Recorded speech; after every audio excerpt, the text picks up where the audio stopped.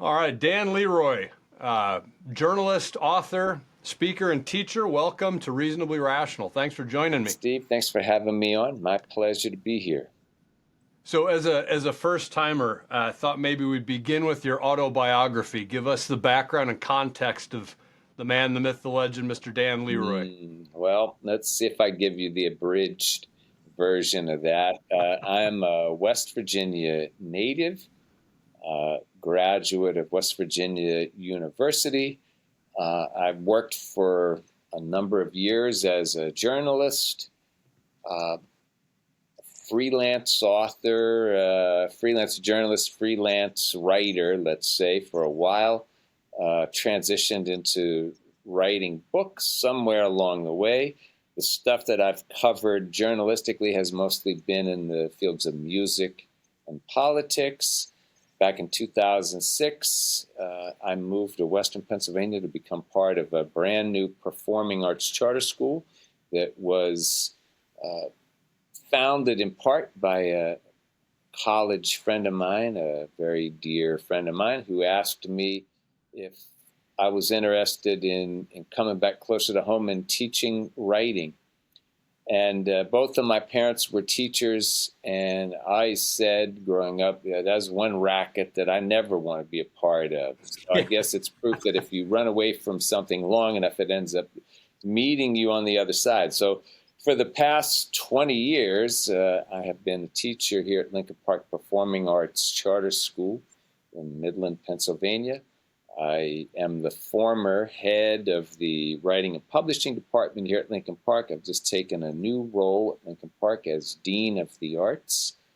And I am happily married for going on 31 years. I have 3 kids who are now all grown and making their way out in the world. And I'm sure there's a lot of other things that I could say, but the only other thing I would add to that is I was born and baptized Catholic, was raised that way for a short amount of time, mostly grew up an Episcopalian, came back to the church, the Catholic Church, as an adult, and have been a fully fledged member in good standing, I guess, since 2009. So my journey in the faith is a little bit at the beginning and then a lot here over the last 15 years or so. Well, so Dan, I want to kick around in your background a little bit with your permission. So, for context for viewers. I first came across you when we got sent your book, Why We Think What We Think, The Rise and Fall of Western Thought. I hold that up there. By Dan Leroy, which was published by Sophia Institute Press. I really enjoyed that book. It's kind of a narrative history of the intellectual journey of the West, from the early days with the great Greeks on up through the height of Christendom and the great Christian thinkers, and then into the Renaissance and Enlightenment and the secularization and the rise of secular humanism, and of course modernism and postmodernism, all that other fun stuff. But and I want to get to that book. There's so much to talk about there. But in just kind of doing the little backgrounders, we got this new guy, Dan Leroy, coming on the podcast with my wife Becky and I came across the work that you've done. Your book, Dancing to the Drum Machine, your career as a music journalist. Where did the music end of you first kind of launch? Are you a musician yourself? Was that always just something you were interested in? And how did you end up in the business of music journalism? To call me a musician, I think is maybe a little bit too strong. Although I'm certainly have been interested in music ever since I was a kid. I realized pretty quickly that, especially in this is an era that I think doesn't really exist anymore, but in the era when I grew up, it was possible to, how do I want to say it? it's possible to have a pretty rich experience as a working music journalist. This was at a time when people actually, first of all, paid for music journalism. Is a great way, just like journalism is in a much larger sense. It's a great way to get to meet a lot of really interesting people, to have a lot of really interesting experiences that are kind of denied most other people. And it seemed to me like, the perfect marriage of things that I was interested in, things that I thought I was pretty okay at doing. As long as you take the third leg of that, which is, making a lot of money doing it, if you take that out of the equation, then the first two pieces of this are, they're enough to keep you going. I don't really think music journalism exists that way anymore in the way that it did, which is too bad for a number of reasons. But I think all of us realize from time to time that, well, I'm really fortunate that I kind of came along when I did, and that my interests and skills kind of intersected with this opportunity, which, again, today doesn't really exist, at least not in the way that it once did. How did you, Dan? How did you first get into music journalism? Were you just kind of writing? Because this is, and what were the years that you were actively working as a music journalist? I'm correct. This is before there's like blogs and that kind of thing, right? Uh, So you're yeah, I mean, if you go back to the very beginning, I started the way a lot of people start doing it on my high school newspaper. Um, I was I set myself up as the resident authority on this stuff because I knew and cared more about music than anybody else. And I think that's the way that most people get into music journalism, or at least they used to. From there, I also got into it the way that I think a lot of people used to get into it. After I graduated from college and I was out on my own working in a series of dead-end jobs, there was an underground newspaper in the town where I lived at the time in Charleston, West Virginia. The underground paper called Graffiti. And it was one of those free papers. You pick it up, and it's the entertainment guide to the area. And so I saw that they had record reviews, and so I sent in a couple of reviews and said, hey, look, I can do this. And it turned out that I could, but what's more interesting about it is that just on the strength of doing that little thing, like everything else kind of came out of that. That ended up being a paper that I wrote for a number of years. That paper led me to working at a daily newspaper in the same town, which then led me to a bunch of freelance opportunities. It all started with, just sending out cold a couple of reviews and saying, hey, I was interested in doing this. In those days, you got paid in CDs, which at the time, that was fair. I was in my early 20s. Of course, this is back at a time when people actually paid for music and paid for CDs. So, right. I was getting my pick of stuff that came in, all these promo CDs that came into the office. And it seemed like a good deal at the time. It still seems like a good deal at the time when I think about all the things that very humble opportunity led to. And, along with that is what you hope in any job, is that you're going to meet a bunch of people that you're still going to be close to, friends with, decades after the fact, and that is the case. In fact, I just saw my editor at Graffiti. I saw him recently at the induction ceremony at the West Virginia Music Hall of Fame, which he now runs. Ah, wow. I tell him all the time, like, look, you're the guy who really gave me my start. Like, I wouldn't be doing any of this stuff if if you hadn't let me write those reviews in exchange for CDs all the way back whenever, which I guess is 30 plus years ago. So that's the beginning of it. And then everything that came after that is really just variations on the same idea.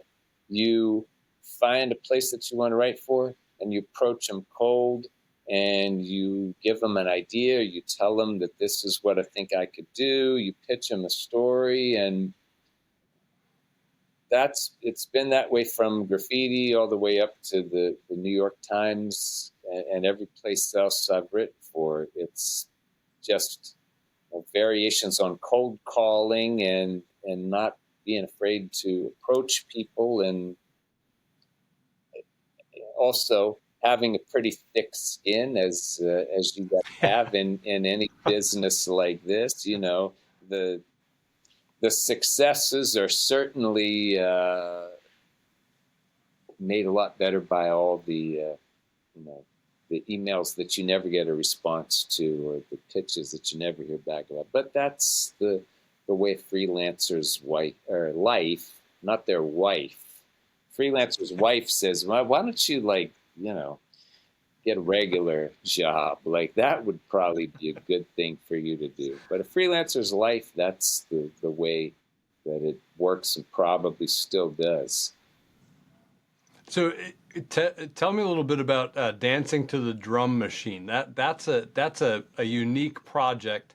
Um, it looks like in the course of researching that book, you had the opportunity to interview, get to know, be in contact with actually a number of people. I saw that Nick Rhodes from Duran Duran wrote the foreword, which is awfully cool. I myself am a child of the 70s and the 80s. Full disclosure, my hair color probably gives some indication that might be the case. So yeah, Duran Duran is like, well, that's huge, man. I mean, that's awesome. And if, it's funny, as you know, as you're just kind of giving your little background there, especially on like the school newspaper part. I've got two buddies of mine in mind. One of them, a good friend of mine now as an adult that met out here in Phoenix, but another one was a guy that I grew up with and went to high school with. And those two guys kind of fit your same profile. Like those were the guys who knew everything about every record that came out, everything about the band and their history and who was their first drummer and how he got replaced by the second guy who led to the.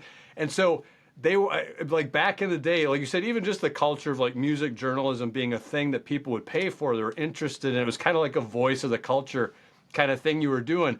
Like I just remembered though, so Brian was my friend from back in high school, and then Ryan is my friend. And they were the guys, everyone would go to them like, all right, what was the third Leonard Skinner album? And there was like an autobiographical track, and they would like totally know. Just oh yeah, it was 1979, and anyway, that's all fascinating to me. But yeah, who are some of the people that you got to meet, and then what was the whole genesis of that Dancing to the Drum Machine project? Well, the drum machine's just like music. I at the time that I really became interested in music, that's about the time that the drum machine starts to become a thing. I was always interested in it. I had a very early drum machine, which I found in the course of writing the book. It was the first drum machine for a lot of people, the Mattel Synsonics drum machine. And I was fascinated by the drum machine because it made sense to me in a way that, playing the guitar at that time really didn't. I could understand being able to program a machine, and it really just kind of seemed like a way in for me, whereas, taking piano lessons, taking guitar lessons, like that was not a thing that I did, and it didn't even really seem like a thing that I was cut out to do. I don't know if I was right about that, but that's a way that it seemed at the time. Whereas the drum machine, humble as it was, seemed like it made a lot of sense. So I've always been interested.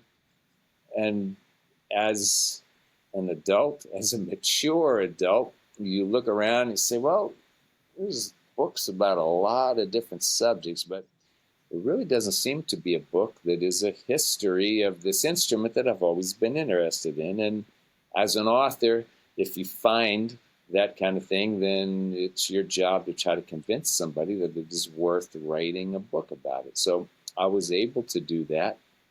And as you say, I was able to talk to a lot of people who were heroes of mine, for sure. There were some people that I learned about in the course of researching and writing the book.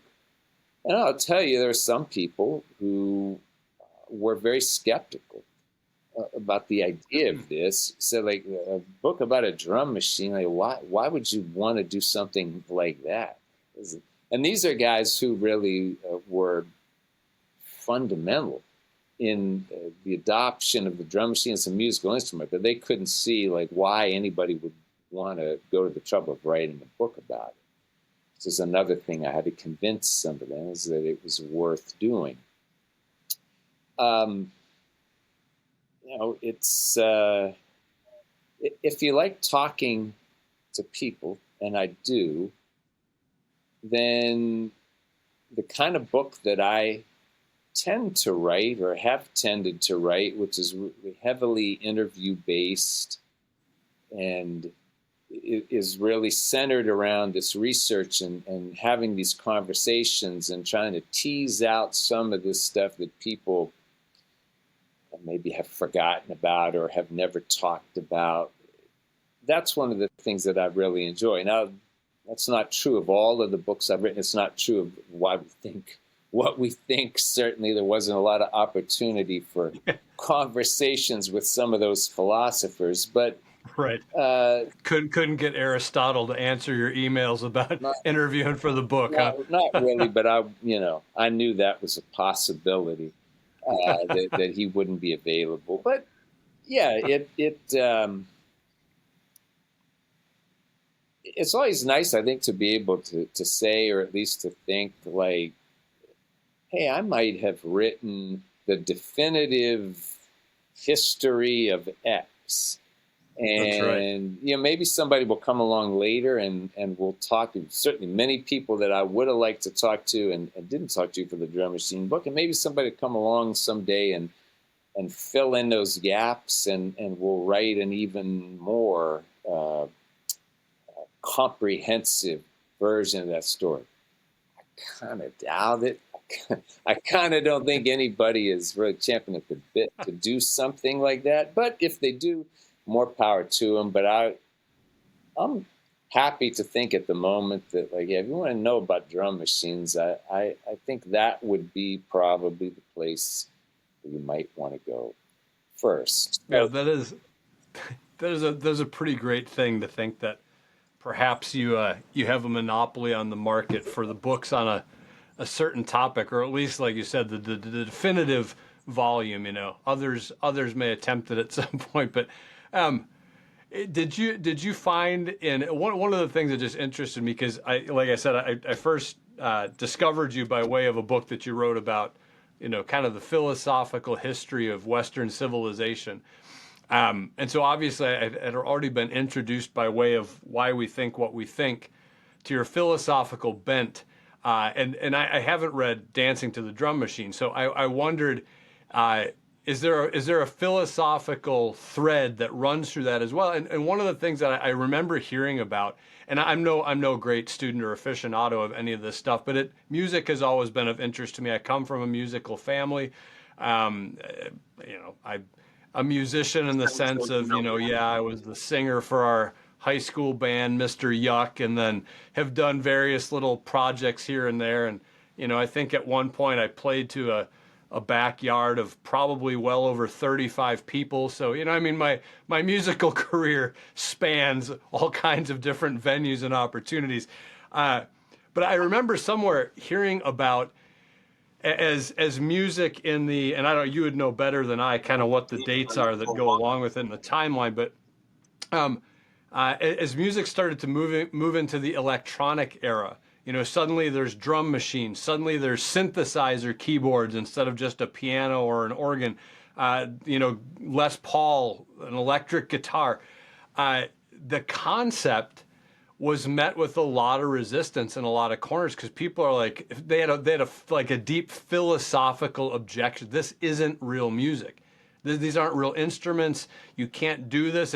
It's going to undermine the craftsmanship of playing the drums, playing the piano, playing the guitar, kind of thing. Did you is that part of the story of the drum machine too, sort of that resistance? And I'd be interested in just your take philosophically on that question of, there's the introduction of electronica into music in some sense. In your view, does it augment? Does it undermine? Is there a legitimate complaint? That was a fascinating question to me when I saw you'd written that book. Well, it's a great question, and to answer both parts of it, I would say yes. That whole philosophical divide about what is and is not a real musical instrument is certainly covered in, I think, in some detail in the Drum Machine book. It really, we're talking, I guess, about a period of not that many years. If you really want to narrow it down, we're talking about sometime in or around the mid to late 70s to by the end of the 80s. So it's maybe a 15-year window on the outside where you have people who are resistant. And you go back, you may remember some of this stuff. In the early 80s, you would see the Musicians Union boycotting synthesizers, boycotting any kind of stuff, because they're saying, like, look, it's putting our members out of jobs. And people had the same idea about drum machines, or at least some people did. So that's definitely part of the story. Where I think the philosophical part of this is actually lies in there's a different fault line. Where I think things really change is not so much when these synthesizers and drum machines and electronic instruments are adopted. I think the real fault line happens toward the end of the 80s, the early 90s, when a lot of those machines start, and it took a while, those machines start to be phased out in favor of what we now know today is virtual recording. Like, everything goes into the computer. So not only are you talking about synthetic instruments, but you're also talking about there is no instrument. Everything is on a screen. It doesn't actually exist. And one of the things that I found so interesting in researching the Drum Machine book is that those early drum machines, really all the way up through the more sophisticated ones that came along throughout the 80s, when things became programmable and when sampling is introduced into the equation, it's still a physical machine. And if it's a physical object, then there are physical limitations to what you can do with it.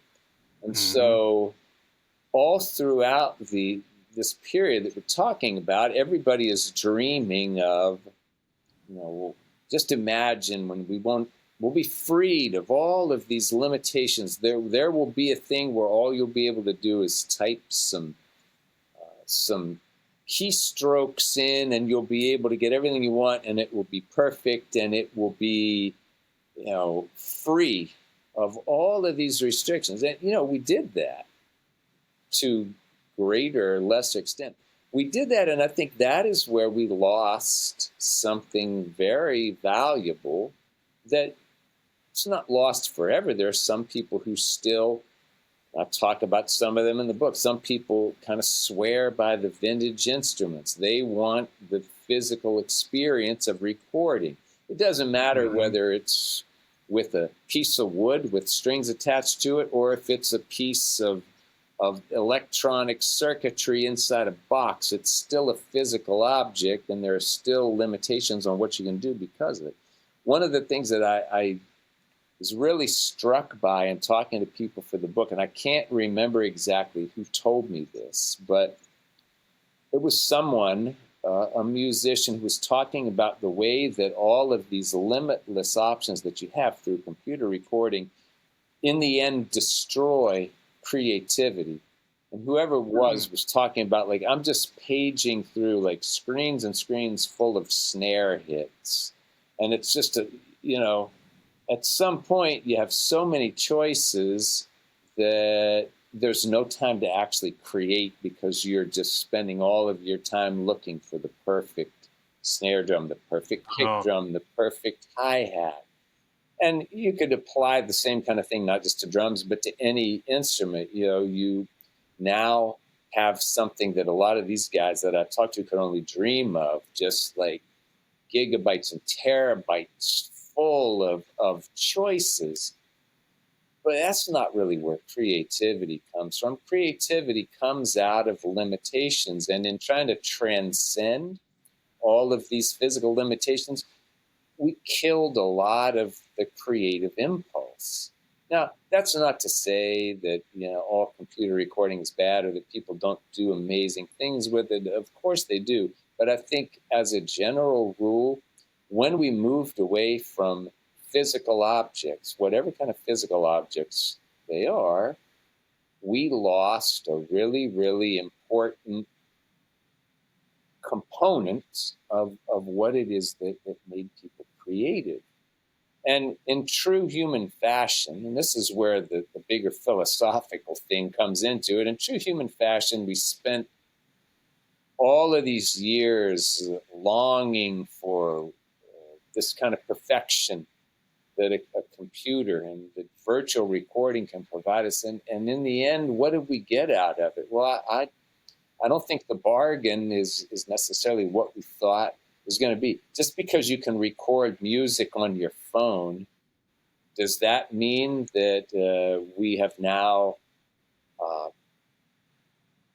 unleashed this great wave of incredible music? I don't think so. Some yeah. great music comes out of it because some great music comes out of all of this stuff, no matter what. But the idea that anybody is able to do this, the democratization of the process, well, I got to say, I don't think that's a good thing either. And it maybe goes back to what we were talking about as far as being a music critic. You know, Look, there were a bunch of music critics, there always have been, and always will be, who are assholes. And they're people who are in it to vent some kind of urge or grind some sort of axe. And they're people whose opinions probably aren't worth paying for.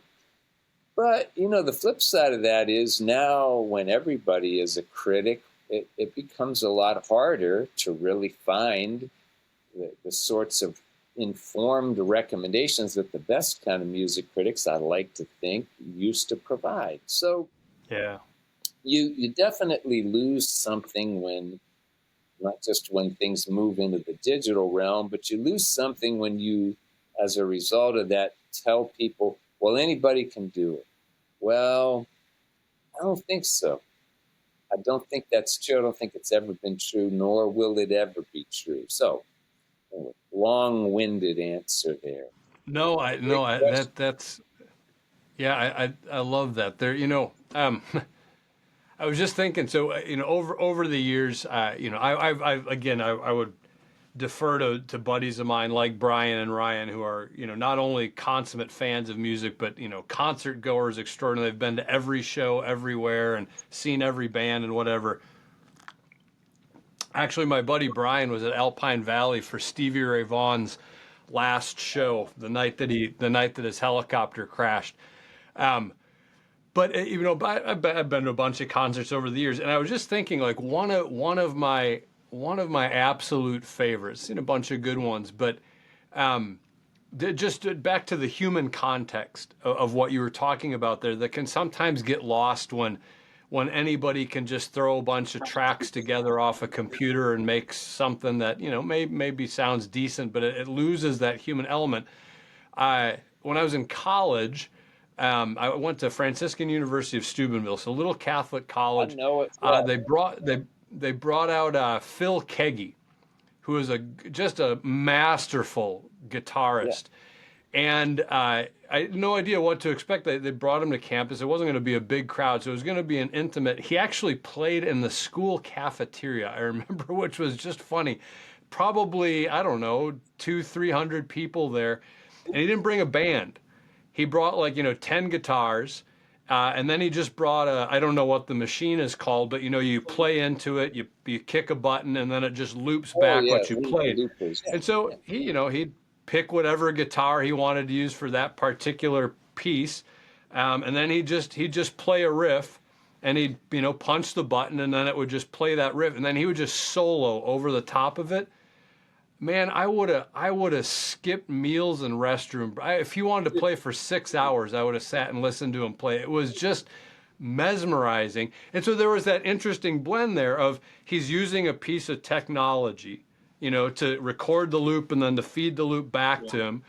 But it's just this intimacy of one guy with all of his different cool guitars and whatever. And then he's a consummate artist. I mean, his skill is just otherworldly. And to be part of that, there's just a connection that happens in and through music that it's really very hard to duplicate anywhere else. And I say that to say this. This might just be an old fogey talking, right? So I'm 52. Like I said, I came up in the very analog age of the 70s and 80s. When I was a little kid, we had a car with an 8-track player, and then cassette player, and then DVDs. So I've been, and then of course now in a whole digital and MP3 or whatever. But to my admittedly non-professional ear, there's something that's never quite right about purely electronic music. Now, music where the musician like Kegi was doing uses electronics to augment his skill on the actual instrument, that I totally get and resonate with. And for me, a correlative is watching movies where everything is just CGI special effects. Like the superhero movies a lot. There's just something that doesn't resonate with me. Like I need something more flesh and blood in there. Anyway, that's just an observation. Riff on that for a second, because I think we're talking our way around the same kind of concept of that human element, and then a combination use of technology, but not being replaced by it or replaceable by it. No, I think it's a great point, and I think that's a great example of this intersection between human being and technology. And clearly, what's happening in the example that you're talking about is the technology, the guy using a looping pedal there. The technology there is used to serve the human being. The human being is the guy who was soloing over this stuff and creating the additional patterns over the stuff that he's looping. And, there's an element, I'm sure, of improvisation in that, which is I think a purely human endeavor. And the other part of that, I guess I would say it like this. Speaking of philosophy, Arthur Schopenhauer, who was nobody's idea of a good time and a happy fellow, but Schopenhauer saw music as the highest of all of the art forms, and he saw it as the one that could have the most direct connection with the participant. In fact, Schopenhauer also thought that art was our one relief in the world. It's the one thing that we can enjoy that really keeps us from being completely miserable all the time, because the world, according to him, is a miserable place, and there's no God, and everything is just this idea that he had of the will that drives everything to do what it does. And for him, art was the only real relief that we get, and music was the highest of that form of relief. In fact, even though he was a very avowed atheist. He was known for visiting a local Catholic church so he could hear. They had a great pipe organ, and he loved to hear the music at the Mass. And it was this expression that he thought of, not just humanity, but also for him, this relief from the bad parts of humanity, which he tended to dwell quite a bit on. So, I mean, leave it to the Germans. They're a cheery bunch, especially German philosophers. They'll really brighten your day. But no, that's a fascinating anecdote that Schopenhauer would go. And the interesting thing too is, for someone like him, who's a committed atheist, I mean, that kind of sublime music might be as close as he's going to get to transcendence. Now, I mean, as we both know, that is transcendence, speaking to him through that music. But from his end, even with a worldview closed off to that transcendence, there's something there that lifts him out of his normal Eeyore Schopenhauerhood in a way that is, and it's appealing to him. He goes back because he's experiencing something there that's more beautiful and more uplifting than the grinding work of being a pessimistic, atheistic German philosopher. I suppose you probably need that. I remember one of my, I think it was one of my philosophy professors. I was a seminarian for 2 years. That's actually where I ended up doing my graduate degree, and so studied philosophy in seminary. One of my favorite professors said, Nietzsche at the end of his life, of course, basically goes insane for like the last 10 years, clinically, technically insane. And, some people said, well, he had syphilis and that was eating away at his brain. And like, okay, that's all true enough. But I remember this professor saying, I think part of it was the fact that to have a brain, an intellect with that kind of capacity locked up in one's own skull, that machine is just going to tear itself to pieces at some point. It needs to be able to get out and to think bigger things. It reminds me of a line from Chesterton, I think, in Orthodoxy, where he talks about the need for man to have some higher God hit his skull with a hammer, shatter the prison of his own mind and set him free, I think Chesterton says, to look up as well as down. And I just thought, what a profound insight. But yeah, I mean, music and art, that power of beauty to kind of help us transcend. Dan, so your own journey, you were not practicing your faith for a long time, and then came back. Just give us a little bit of that part of the story. What was it that kind of took you away? You said maybe you didn't really grow up in a real practicing household or something, but what was it that took you away? What was it that brought you back to? Was it one Alleluia moment? Was it a series of things? It was both, and I should probably be more clear about the background. So my father, who's still around, is 91 years old, and he is as faithful and devout a Catholic as you could hope to find, always has been, at least in my recollection. So my brother and I were baptized in the Catholic Church. We started out in the Catholic Church. My mother was an Episcopalian. And as we got older, we began to go to church with her instead of with my father. And so we kind of gradually transitioned into the Episcopal Church. And I should say, and my mom would want me to say, I think, God bless her. She passed away last year. Oh, I'm sorry. Well, thank you.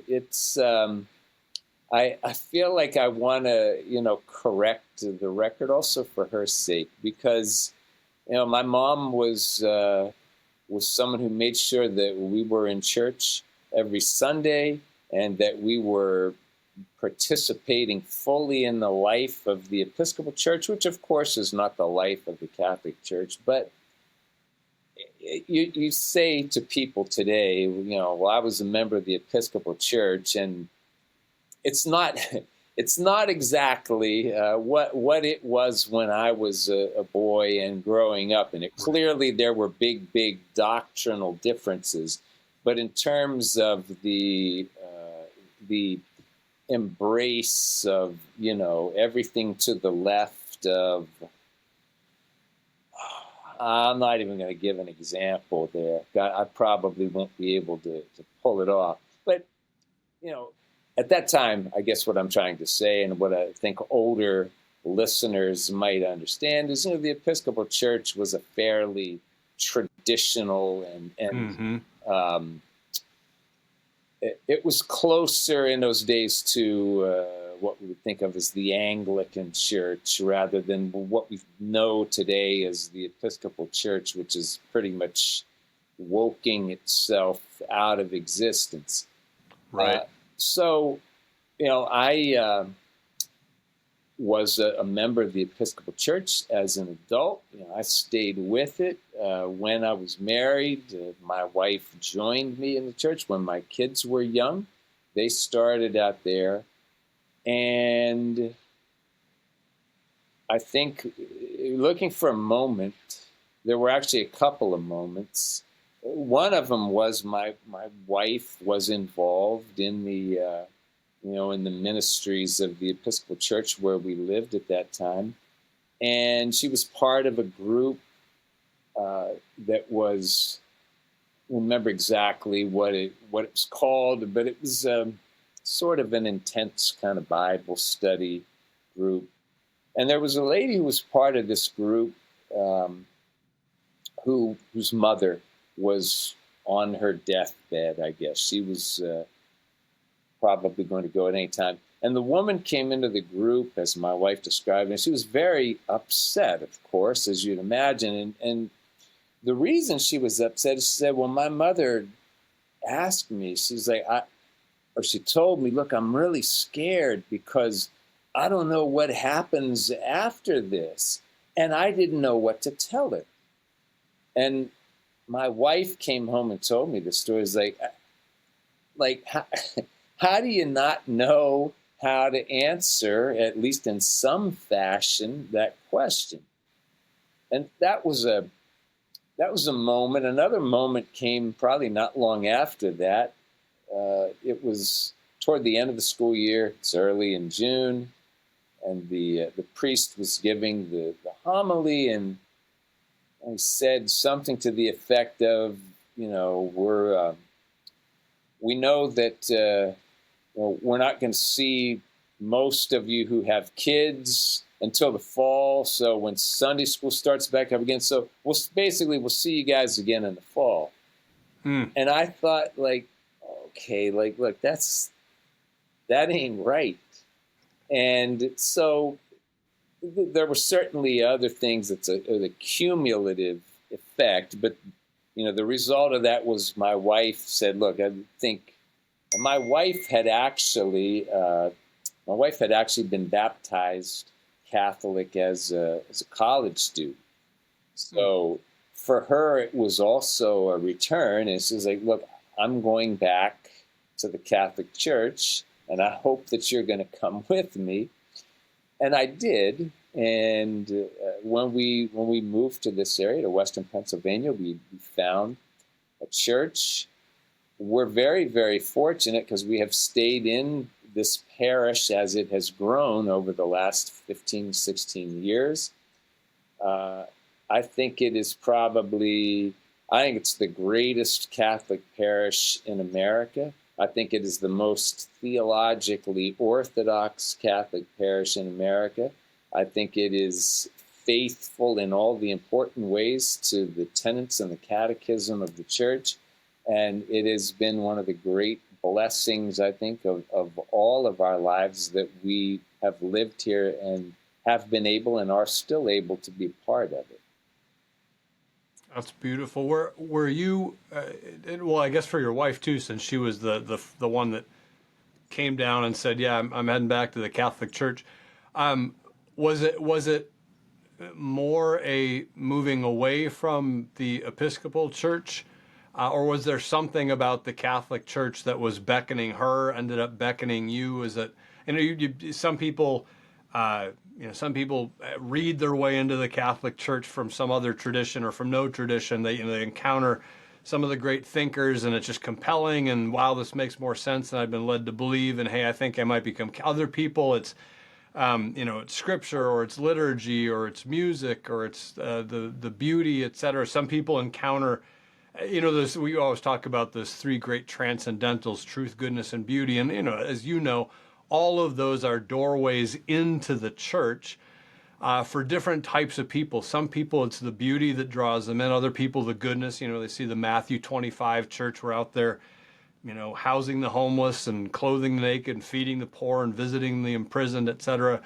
Was there something like that for your wife and for you that kind of that said, yeah, I think I want to go back, Yeah. or was it, I don't think we can stay here, and that seems like the place to go? So we both have roots there.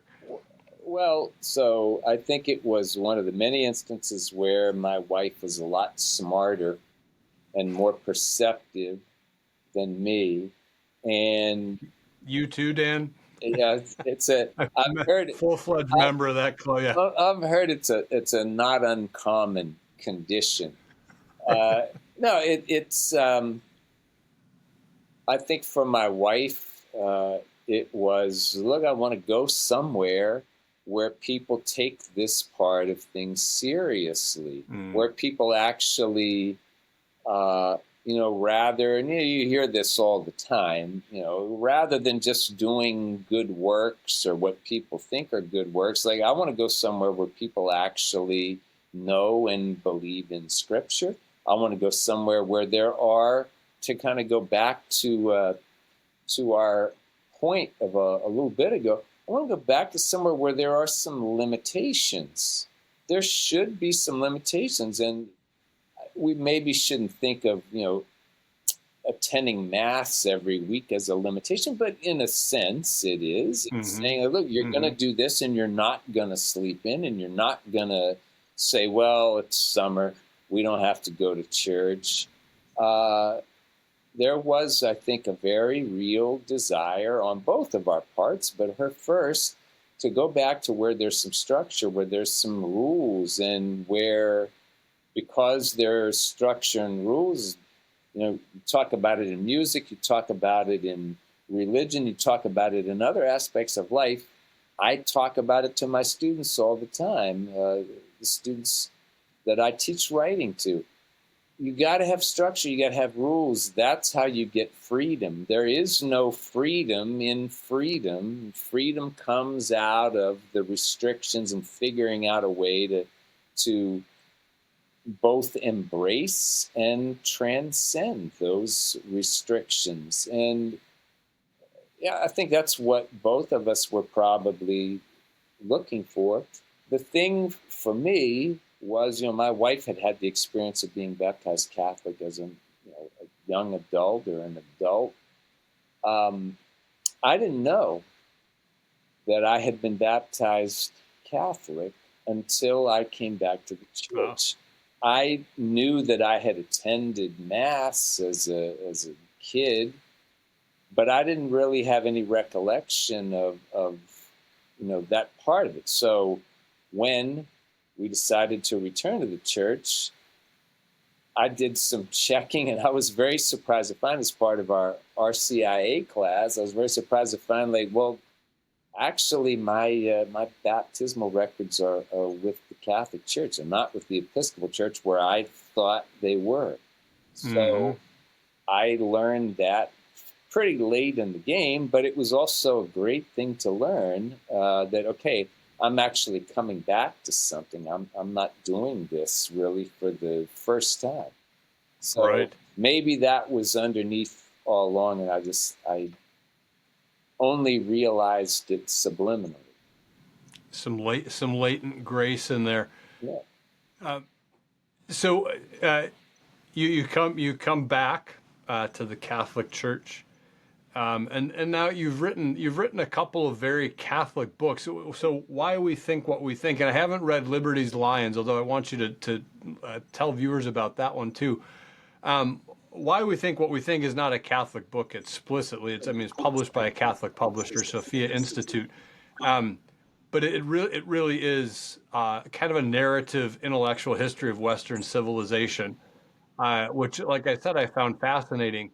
Um, but the perspective, the ethos of the Catholic intellectual tradition, which spans all of that. Obviously, it's more more prevalent, um, perhaps more effectively engaged in culture during certain points. It has its ascendancies, and then its periods. But I would say we're living in one of them now, where it's largely marginalized, at least as far as the business of professional academia and public intellectuals goes. But um, what was it for you that made you decide to write books about the Catholic faith, or from the Catholic perspective, once you got into the church? You've written books about things that you're passionate and interested about. Was it just that this is the thing I'm now very passionate about and interested in, or was there even maybe a deeper? I feel like I can communicate something here that the church has to offer people for their consideration that maybe is worth putting in front of folks. Yeah, that's a great question, and I think it's probably a combination of both the either or there. Um, you know, you'll hear that saying a lot, that politics is downstream of culture, and there, whether you're talking about music, whether you're talking about movies, whether you're talking about books, whatever it is, there's there has often been, and certainly in recent years, this is true. There's always been that kind of ghettoization of Mm. Christian books, generally Catholic books, and other forms of culture specifically. And you know that the common way of looking at that is that the Christian and the Catholic version, that stuff, are inferior. And I think, somewhere in there, if you're a Catholic author or a Catholic musician or a Catholic producer of any kind of culture, somewhere in there, I assume, is the idea that, look, I want to contribute something to this that works against this narrative, so that if people read the book or listen to the music or watch the movie, they're going to say, wow, well, that was made by a Catholic, and it has a Catholic, use the term that you just used, the ethos to it, but it's not inferior. It's every bit as good Hmm. as the rest of the stuff on the shelf or in your music collection or wherever. Now, I guess that's for the reader to judge, but for sure, that's part of the thinking, is that maybe I can contribute something to this that will not only inform people about some Catholic history that they might be unaware of, but look, I'm a writer. Maybe I can do this in a way that will engage people who aren't necessarily Catholics. I think Catholics ought to know about this. I think one of the sad Yeah. things is in both of these subjects is there's quite a lot of people who don't know much about either, and I wish they would. And if we could just confine it to Catholics, that would be a huge win. But I think part of the hope is that you reach people who you wouldn't normally reach. And I just the Why We Think book came out of a class that I've taught a bunch of times at the high school level here at Lincoln Park, and the I've taught it several times. This is the first time. I just taught it last semester. This is the first time that I taught it after the book came out. And when I went into teaching the class, I said, well, look, I'm not going to use like my book as a textbook, because that seems like it's a little too on the nose. And I also thought, well, look, it came up to a Catholic publisher, and will try to observe some distance, between church and state, if you will. What I found myself doing in the course of teaching this class is I kept coming back to this book of mine. And I didn't Right. do it. I like to think I didn't do it just because I knew the author.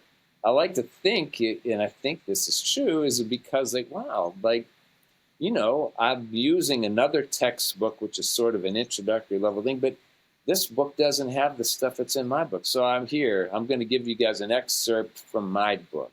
And by the end of the semester, I realized, like, I did that a lot. Like, I actually think I might have written the kind of book that I hope to write, which again is certainly informed uh, through a Catholic perspective. But you don't have to be a Catholic to read it. You don't have to be a Catholic to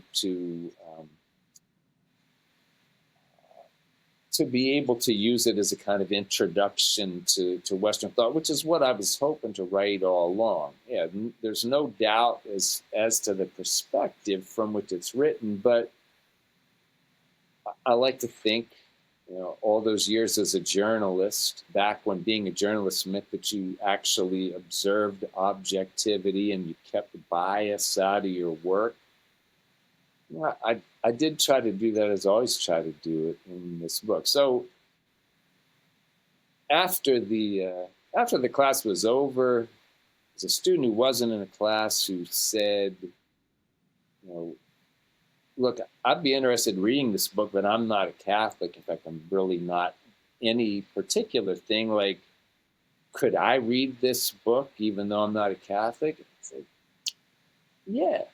I think I could certainly recommend it to you that way. And if you are a Catholic, I think there's maybe a layer that you get that the non-Catholic might not get. But I think again, consider the source. But I think it actually does work at both levels. And that's what I set out to do. And I guess I didn't really believe that I had done it until I saw how it worked in a classroom for the first time this last semester. So, Yeah, I think I would vouch for you on that, Dan. I will, so in the interest of full and brutally honest disclosure, over on the other podcast that Becky and I host, the Catholic Conversation, we get a lot of books. It's a great blessing, really. We've built a huge free library of really nifty Catholic books from tons of different authors, and had the chance to have them on the show. Life being what it is, we're raising 5 kids. Our oldest is now off at college, and number 2 is set to follow suit here in the fall. But we're still in the thick of it. So with one thing and another, I very rarely read the entire book. Very rarely cover to cover. Yours was one of the ones I read cover to cover. I had an affinity for the topic immediately. I myself am a former adjunct philosophy professor. I used to teach philosophy and ethics for a community college out here, so I had an affinity for the subject, but I very much enjoyed the approach.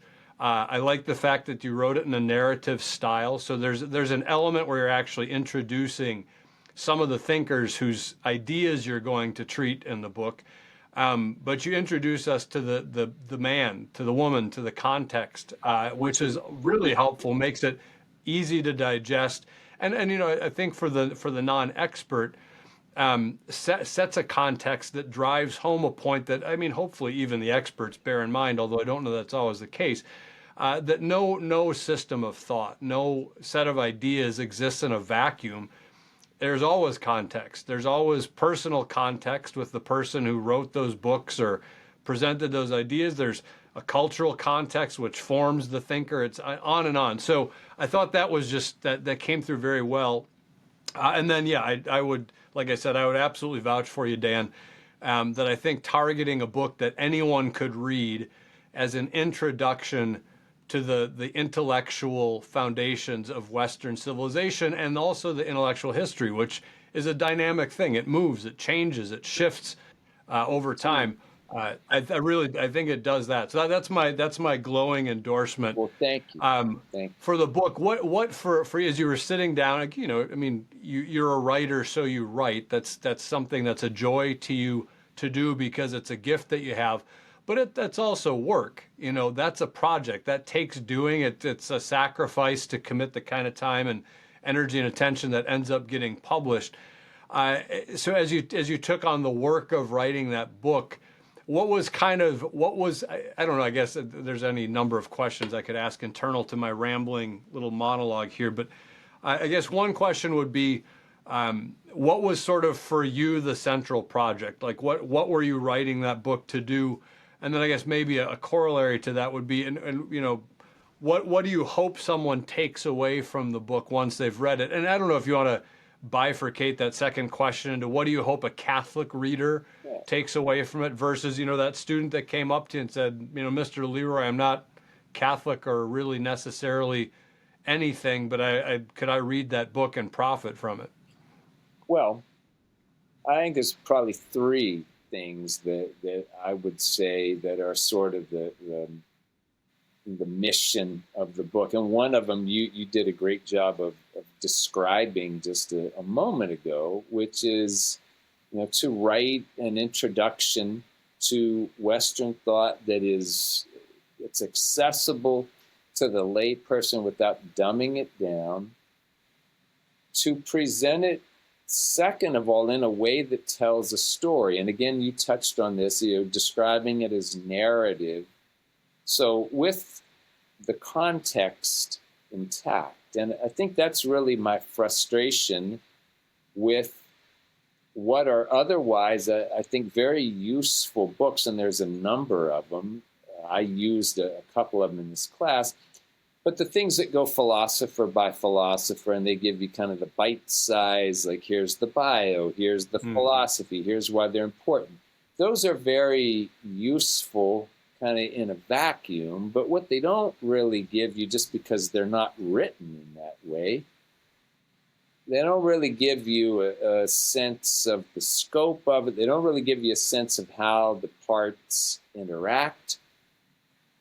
And that's really why I found myself going for my book, because I would use this other book, which is of the kind I described. Like, here's this philosopher, here's that philosopher. We do it in chronological order. We group them by schools. It's all very efficient. But then I would say, like, wow, but this book doesn't have the story of Diogenes, telling Alexander the Great, you're blocking my light. And this book doesn't have the story of David Hume saying that his own philosophy makes him so miserable that he just has to go and forget it and play billiards and go do other things to distract him from the fact that his ideas are just sending you into this blind alley.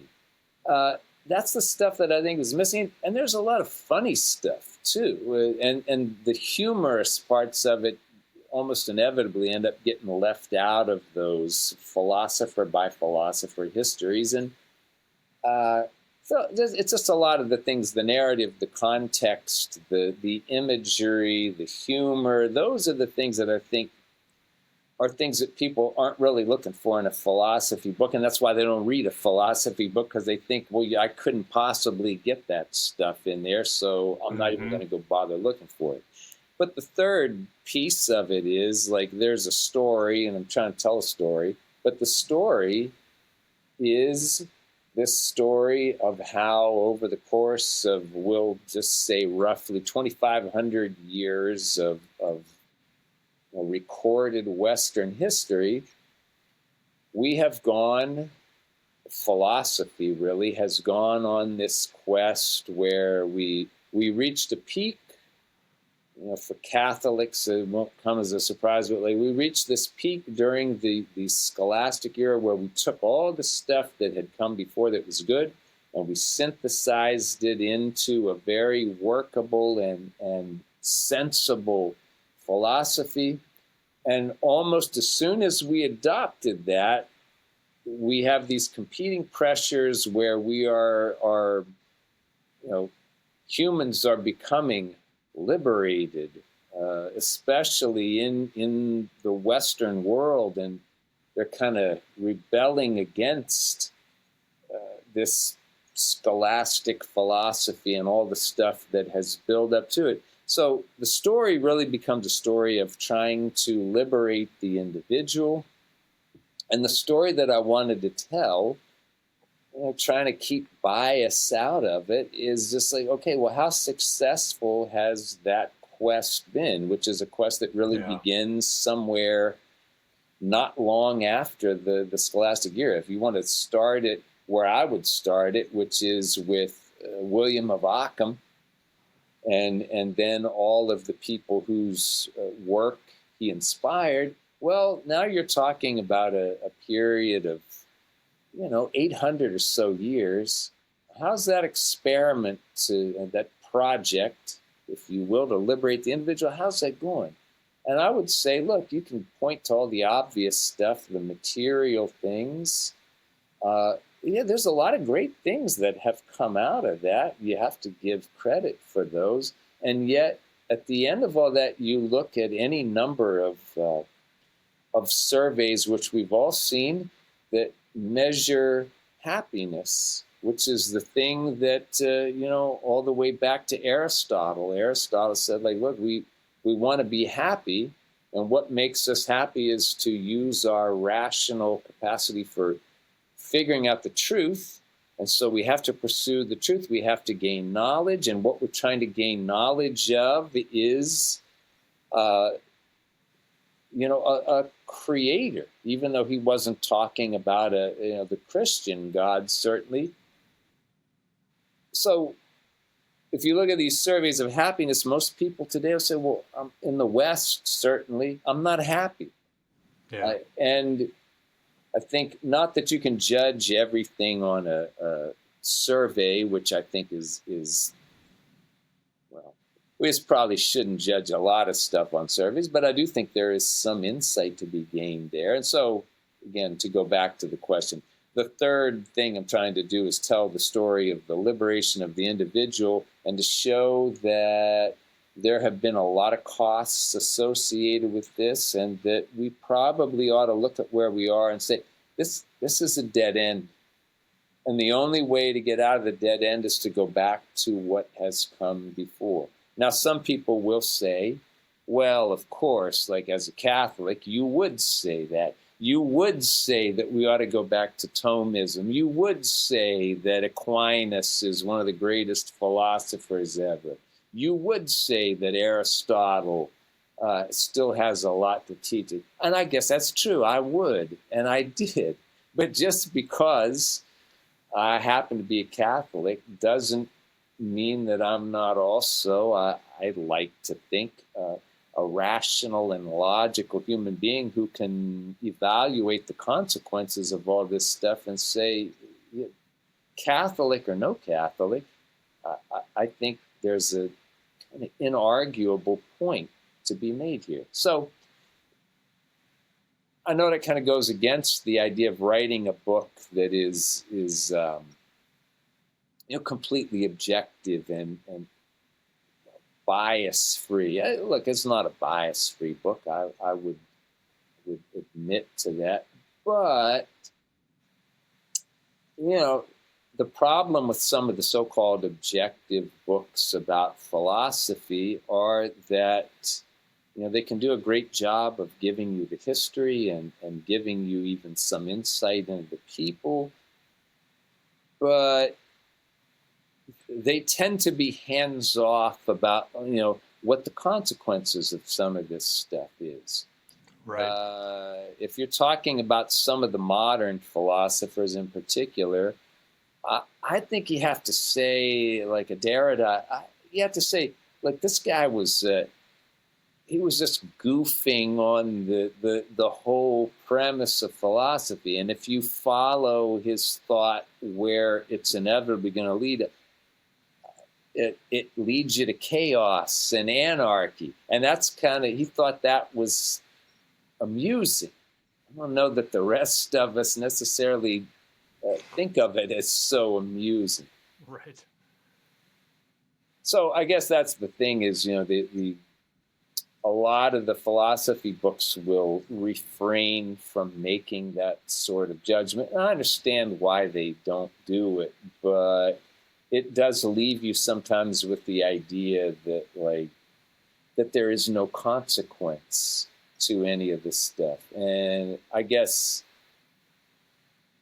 maybe I should not describe it as bias. I should say, look, I'm just trying to illustrate consequences of Yeah. all of these actions, because there are consequences for all of them.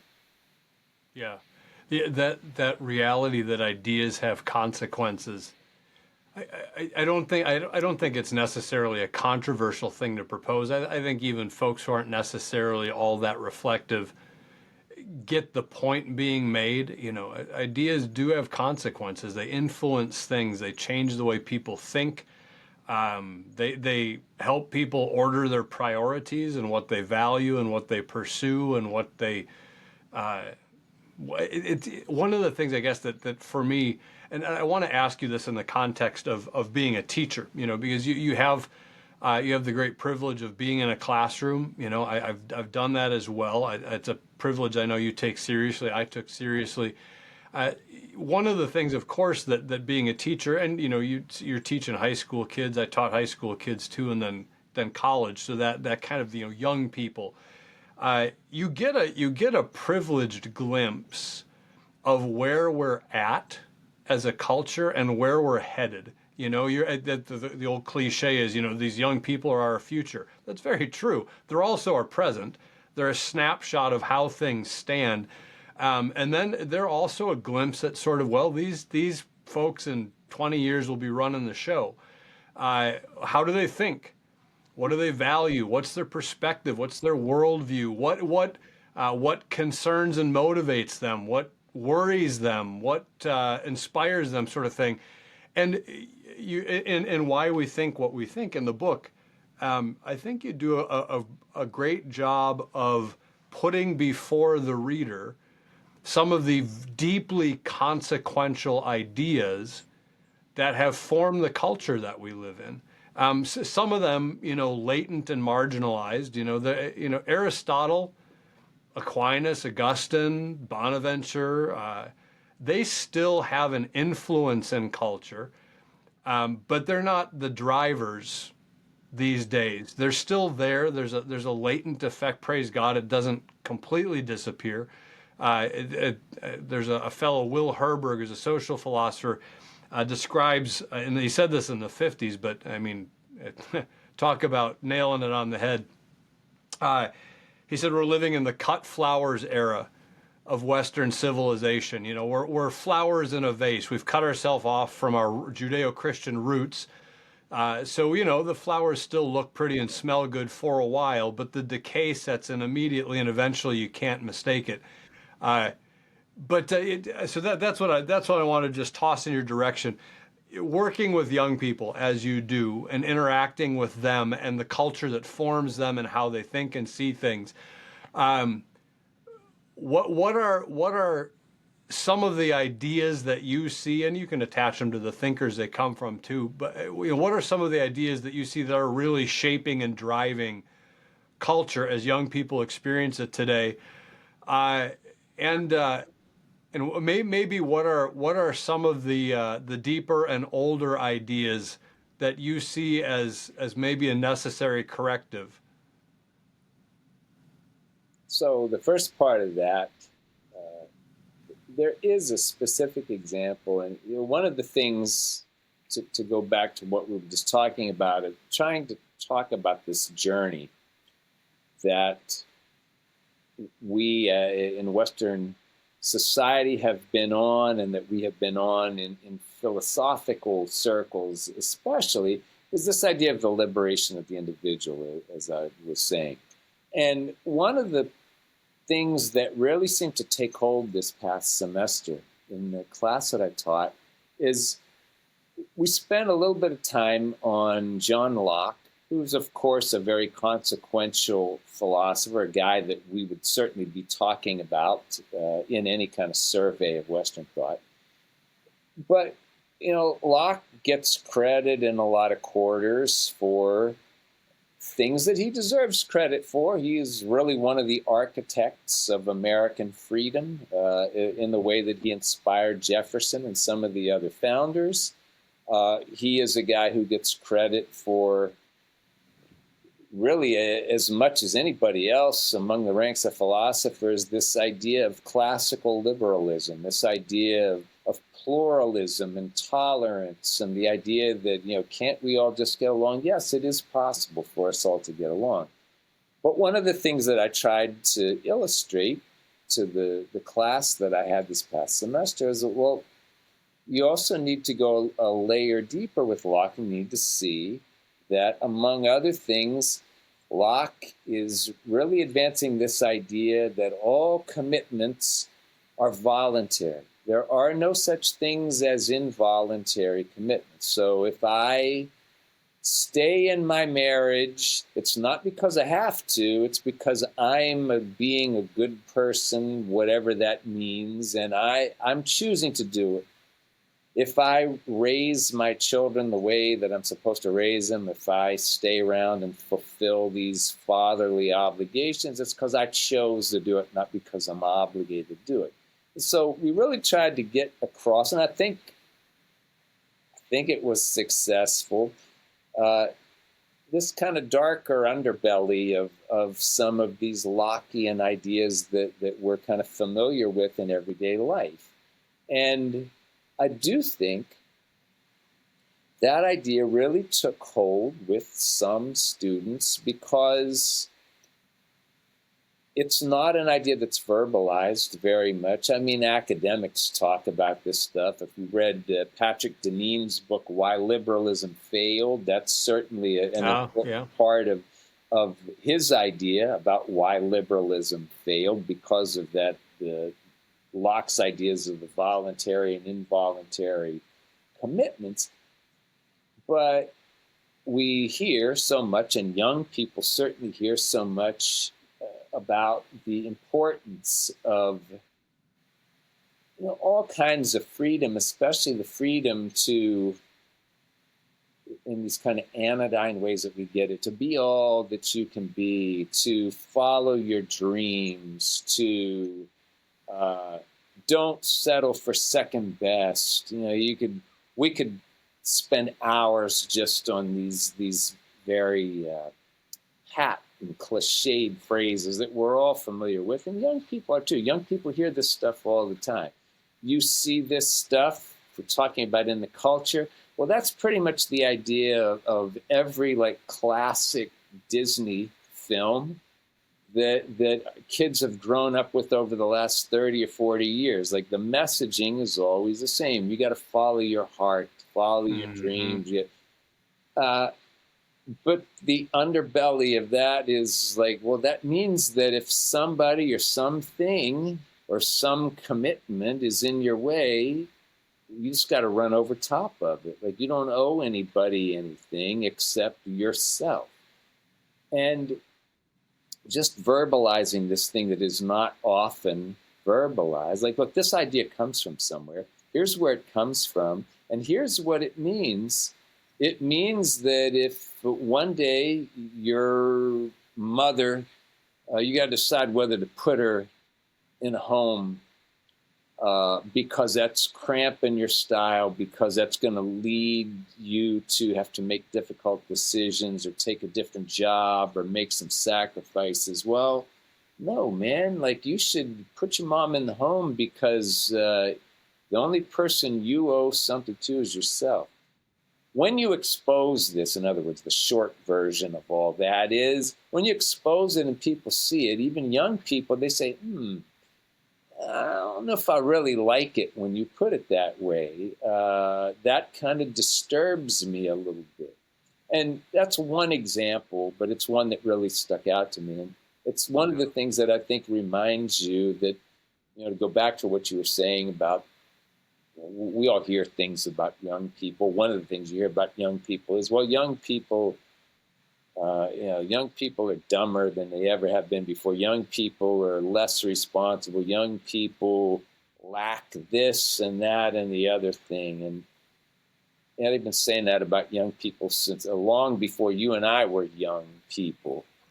And there are parts of that, of course, that have some truth. There are certainly shortcomings, but when you are able to convey a point like that to young people, you realize, like, okay, but young people underneath some of these superficial things, like they have the same kind of concerns, they have the same fears, they have the same aspirations, and somewhere underneath, and sometimes you got to go way underneath, like there's the same essential goodness. And if you can do what we got to do as teachers, if you can show them that, you don't know how they're going to react, but chances are maybe they take that to use yet another cliche. You plant that seed, and Mm-hmm. somewhere down the road, somebody remembers, oh yeah, the bald guy. He said something about voluntary commitments. This doesn't feel like a voluntary commitment. This feels like something I gotta do. So that's an example of where I saw some of this stuff, I think, actually have an effect. And Yeah, maybe some that's other stuff will have an effect too somewhere down the road. But that one, I think, was a little bit more immediate. Like, ugh, like that's kind of, when you put it that way, it's kind of gross. Yeah, you're right. It is kind of gross. That's why I put it to you that way. that's right. Yeah. Well, I love the point you make that for all the criticisms that may perhaps be accurate of upcoming generations. I guess one thing that always strikes me is, first of all, for folks in our generation or our parents' generation to sit back and cluck and grouse about these kids today and what maybe I don't know, this might be an overblown take, but I'm willing to stand by it. I think maybe the kids these days, to use the pejorative phrase, the kids these days have maybe been victims like no other generations in human history of the failures of their elders to transmit genuine culture, authentic truth, and a sense of just even what it means to be human. We look at the stunning advance of, I mean, transgenderism would be part of it, but like even transhumanism now, which I remember when I first started this would have been, oh gosh, what, 20? Yeah, 20 years ago, about when I got my first gig teaching philosophy. The department head for the little community college that I first started at was a futurist. I didn't know what a futurist, I'd never even heard of such a thing. Great guy, by the way, delightful fella. But he was a futurist, so he was really into, like, philosophically trying to predict like where we would go. And unsurprisingly, I think, looking back at it, he was also a big proponent of transhumanism. We're evolving quicker and quicker, and not only are we evolving, but we've actually taken the wheel of our own evolution. Like, we're now driving human evolution to this next great phase, to this transcendency that we can only partially imagine now. He was all in on this stuff, and I found it fascinating, but it sounded so goofy. I'm like, dude, man, I love you, Tom, but you're kind of a whack job. I mean, he is mainstream now. Like, that stuff is no longer this kind of, okay, someone's reading a little too much science fiction, should get out and walk around in the real world a little more. It's like, holy heck, I mean, he saw it coming. And now, yeah, that stuff that's just out in public, and not just out in public as in it's okay for you to realize that there are actually transhumanists who are working on this project, but even more, almost like an aggressive sense, like, this is where we're going, this is what we're doing, and it's going to happen. So for me, I say all that simply to say, the corrective to all of that is to be rooted the givenness of reality as God created it. The Catholic Church is meant to be the vehicle for that rootedness, that stability, a reality that goes beyond the fad of the moment or whatever crazy new idea human beings have cooked up. And I think, to our shame, both in the church and in the culture, we have really done a very poor job of transmitting that intellectual patrimony, that philosophical patrimony, that anthropological patrimony to the kids that we now sit back and criticize. It's like, well, shoot, if you never taught any of them what it means to be human, and if you never gave them any sense of the givenness of human nature and the permanence and stability of faith and marriage and family, do you have a right to be so bent out of shape over the fact that they spend all their time in virtual reality and their noses buried in phones and this kind of sophisticated simulation of relationship and connectivity? They've never been given anything else. Anyway, that's my rambling tirade. But where I was heading with all that is, you see this front and center in the young people that you interact with. The vulnerabilities, I guess, maybe is the term I would use, of generations of young people who have not been introduced to the deeper realities that were supposed to have been given to them. Where do you see where do you see sort of where we are? And that's another thing I was going to point out. I think the book, Why We Think What We Think, does such a great job of answering the question that we're all asking: how did we get here? We look around and it's just astonishing how quickly the wheels have come off on so many fronts.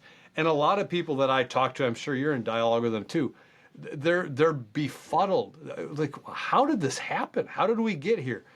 Your book does a great job taking that up, but yeah, take aim at that sort of, where are we and where do you think we're headed, and what do we have to offer, we collectively as Catholics, as philosophers, et cetera, et cetera?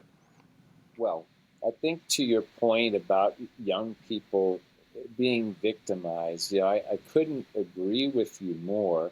And I think it's probably irony, maybe it's even paradoxical, that the people, older people who are critical of young people for not knowing and doing the things that they think they ought to be knowing and doing, these are people who subscribe fully to what we were just talking about, the ideas of the liberated individual.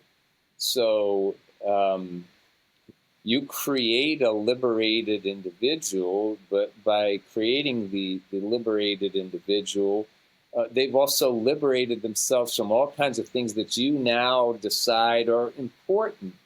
And so that's the paradoxical point of this. You're criticizing them for a thing that you have explicitly set them up to become a victim of. Mm-hmm. But, well, I'll give you this example because I think as is often the case, the analogy speaks maybe more clearly than anything else I could come up with. And it goes actually back to something we were talking about earlier, to the ideas of music and drum machines. So we have a great teacher here at Lincoln Park. His name is Fred Durbin. He is a very well-known and respected author of speculative fiction. He's written some great books for young adult readers.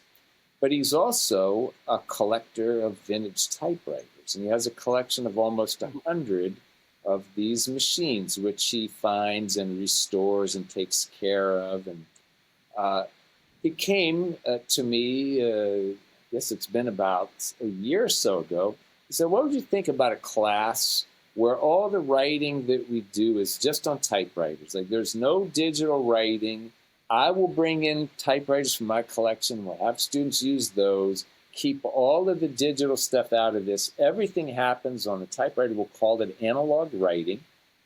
And there are a couple of guys who he kind of drew on his inspirations. One of them is a professor named Richard Holt, who wrote a book called The Typewriter Revolution, and he actually came and spoke to this class. So we did the class, and a lot of great things happened out of this class. One thing that happened was that Fred had all of the students write typewritten letters to Tom Hanks, who's also a big collector of typewriters. And Tom Hanks wrote back individually to each of the kids who wrote him on the typewriter.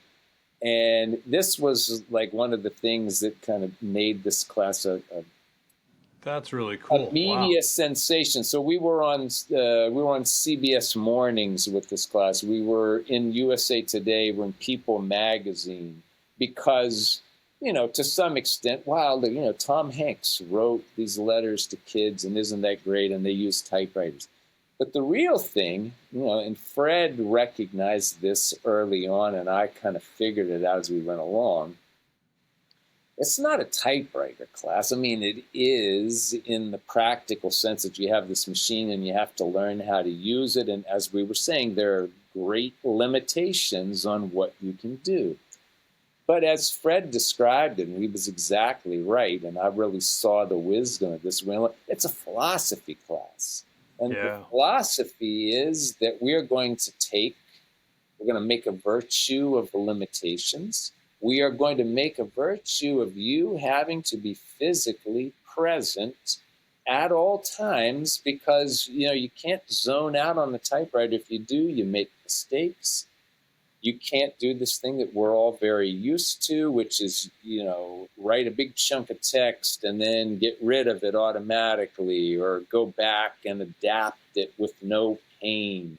Like, there is pain when you have to make these changes and corrections on the typewriter. So it was really a class that forced our young people to be present in the physical world, not this curated kind of virtual reality that they're used to living in. And as such, yeah, you know, there's the Tom Hanks factor is cool. The typewriters are cool just because they're cool instruments.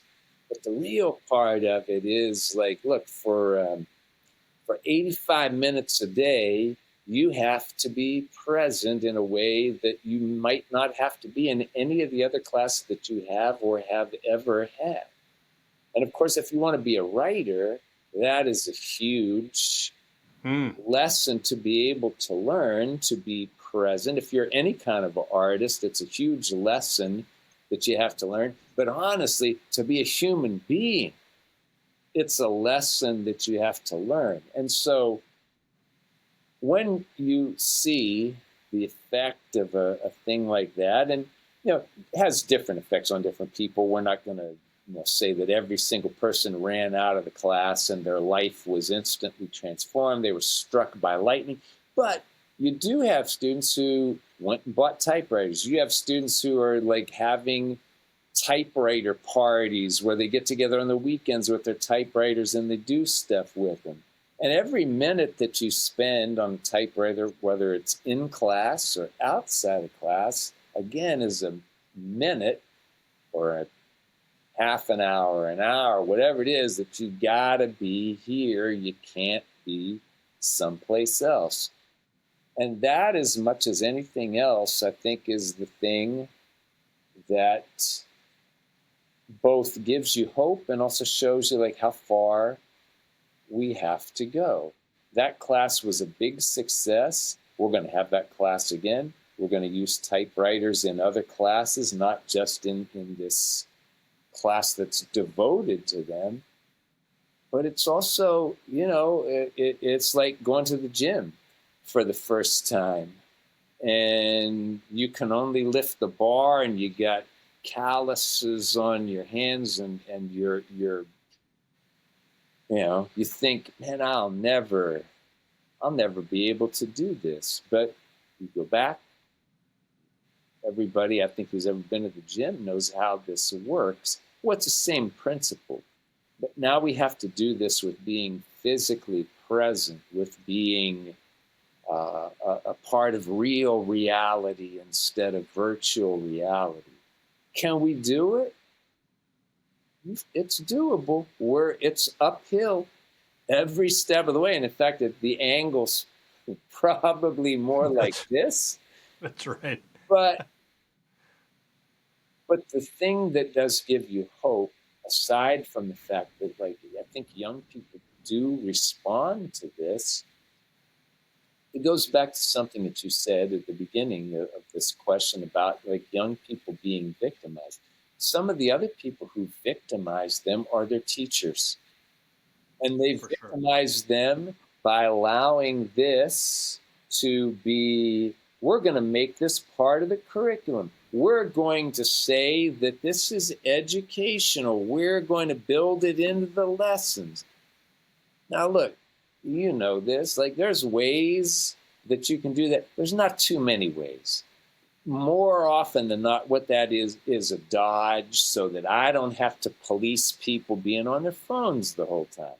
Hmm. And so, just like parents have avoided these difficult conversations with kids, and then they want to come back and say, well, why didn't you learn to do that? Well, because you didn't have the difficult conversations when you should have had them. Teachers are the same way. Why are kids on their phones all the time? Why are they spending? Well, because you let them and you didn't force the issue. So this class was a great reminder to us of, like, we have to force the issue.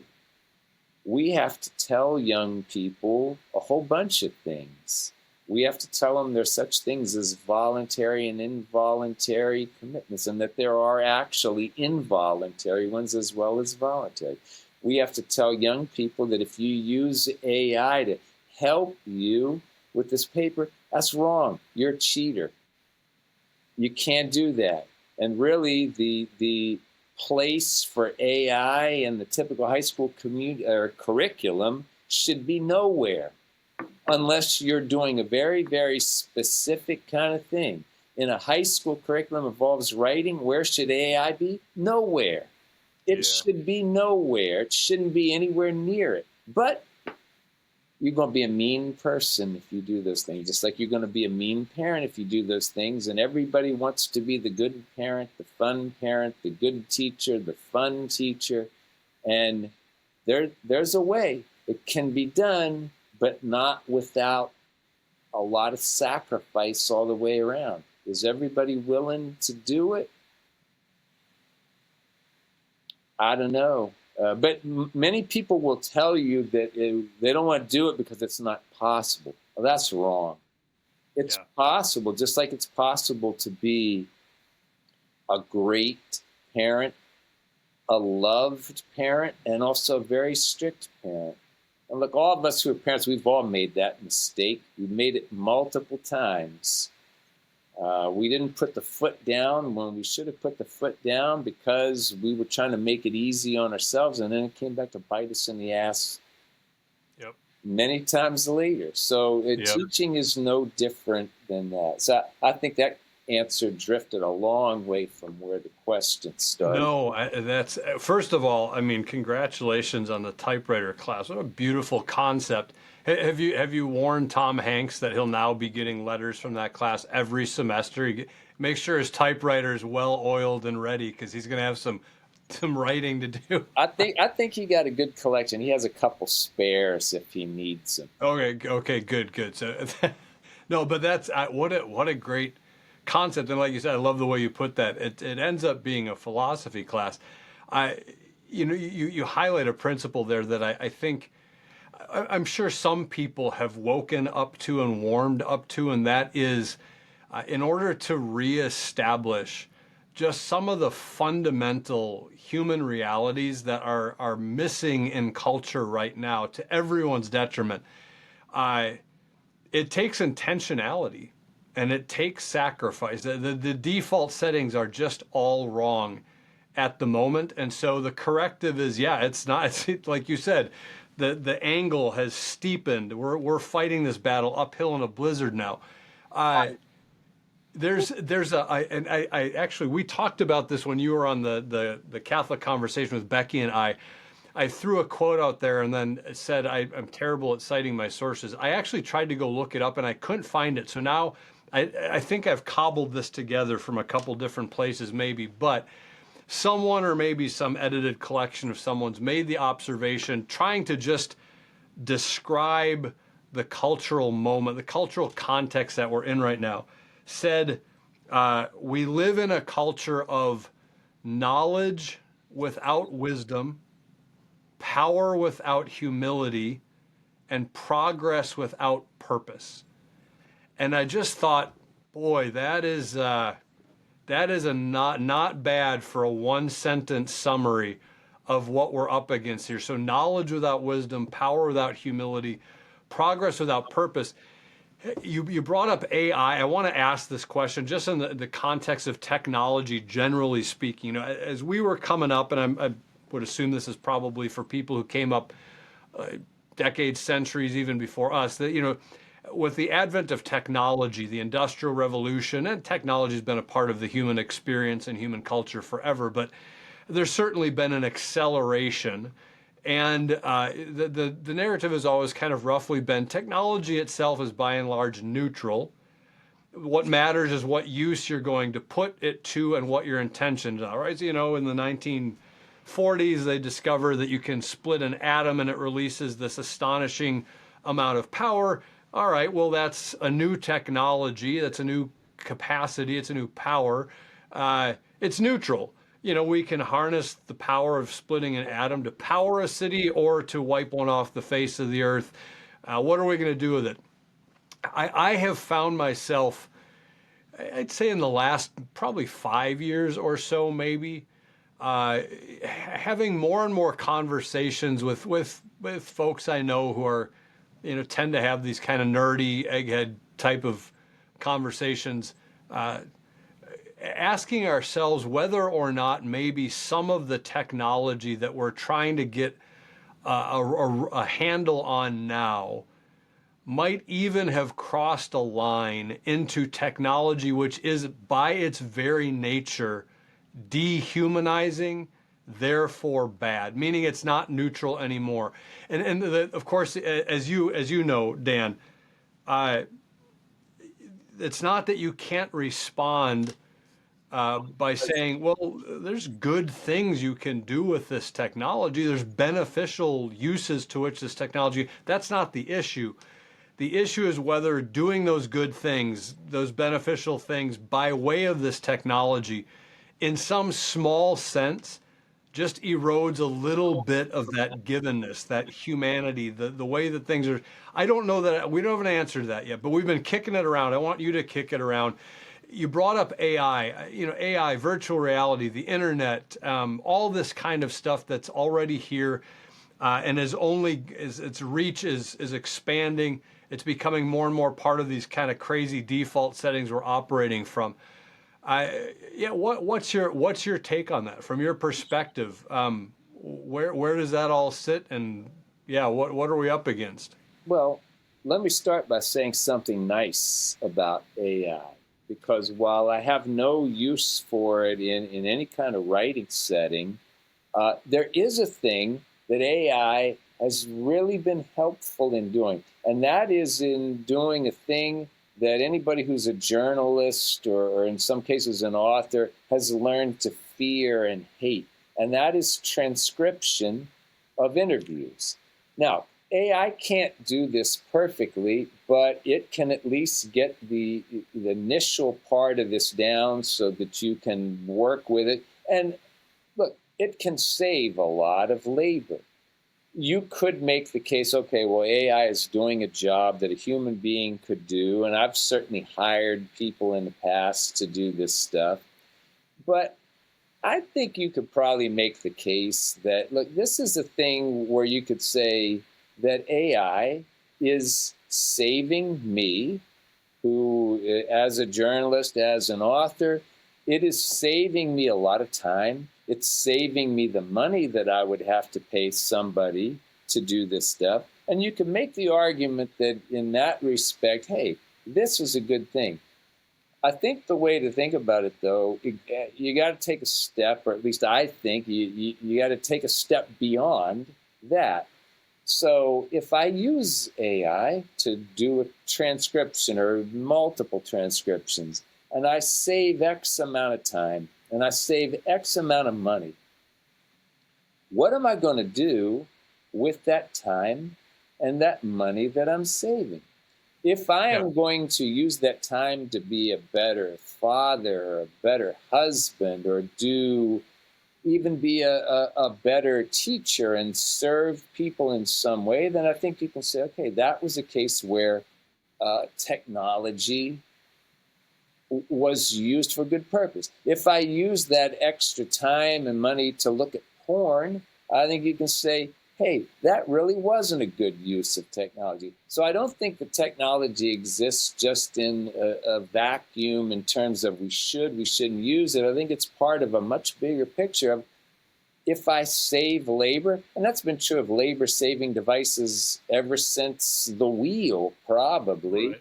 What am I going to do with this extra time? Am I going to do good things with it, or am I going to do bad things with it? And I know for some people that may seem reductive, but on the other hand, um, look, if we're Catholics and we can't say what's good and bad in some cases, then we really are in a lot of trouble. So I try to look at the technology of it like that.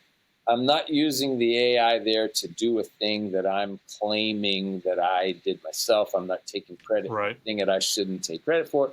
But if I benefit from this, then what am I doing with the fruits of my non-labor? I guess you could Hmm. say. I like the fruits of my non-labor. It's that reminded me of uh, so folks who invest their money financially, say I don't know, put in a mutual fund or something. I'm no financial planner, so I probably say a lot of stupid things and trying to make this limping analogy. But so say you invest in a mutual fund. One of the options is whatever dividends that mutual fund pays, you can arrange it so that they just get reinvested right back into that mutual fund and it compounds your profits. Okay, great.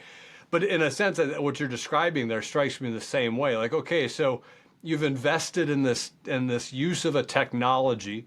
The dividend is more time. You freed up some time. You freed up some money.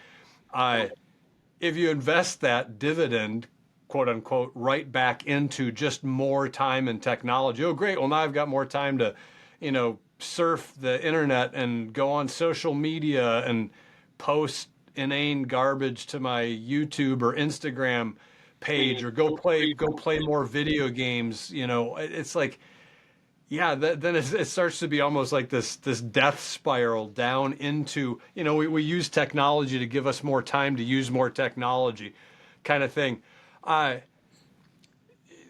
what I guess, and so in the context of all this, I mean, there's a million other things we could say too. Feel free to say anything that pops in your head, Dan. But looking broadly speaking at the cultural context that we're in, and by we I mean all of us, not quite as young fellas like you and I, as well as the students you teach, young people, our kids, grandkids eventually.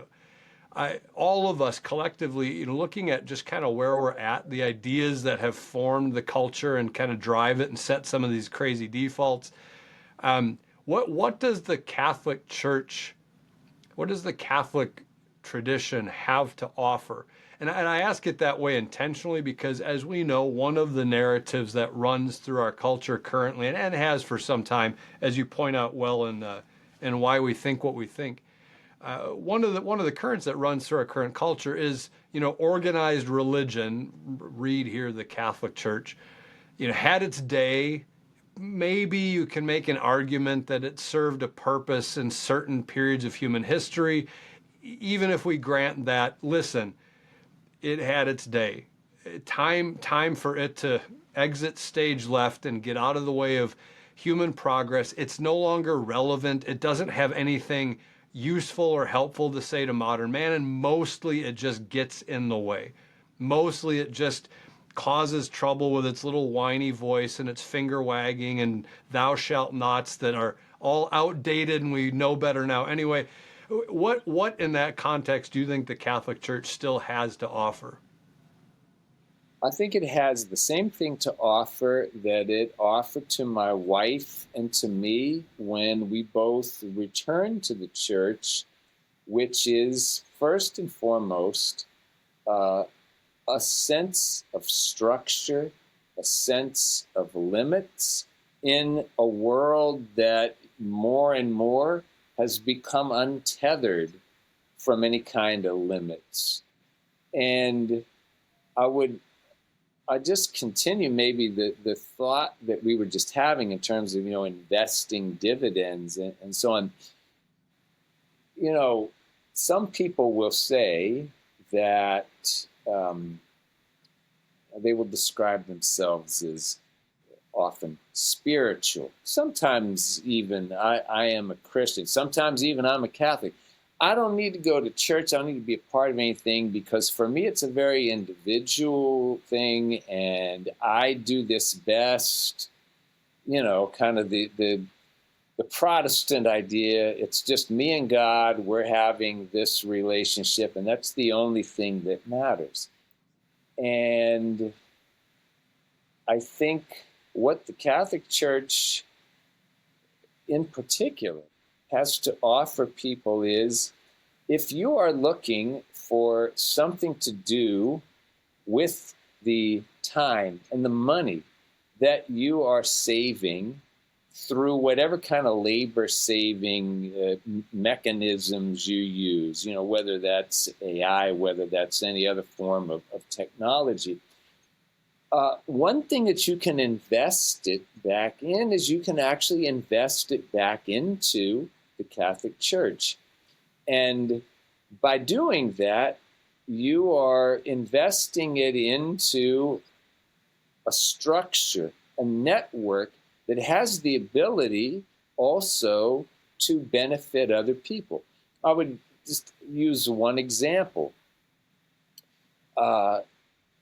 You mentioned earlier the book Liberty's Lions, which is a book about Catholic revolutionaries. And the place that I got the idea to write that book was in the Perpetual Adoration Chapel, which our parish, we're very lucky to have one of those, and it runs 24 hours a day. Like they've kept it running that way for a long, long time.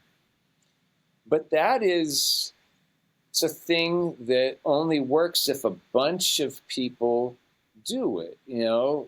That's not the kind of thing where I can just do that one-on-one with God. I'm alone in the chapel. Of course, I'm also with Jesus in the Adoration Chapel, but I'm also there because a lot of people take a lot of time to make sure that the sacrament is attended hourly, daily, and me investing the hour a week, whatever it ends up being that I do, also makes it possible for other people to be part of that and to have that same experience. And I know, look, I don't want to suggest that I only go to chapel because it gives me ideas for books. Like there's a lot of other great things that happen as a result of that.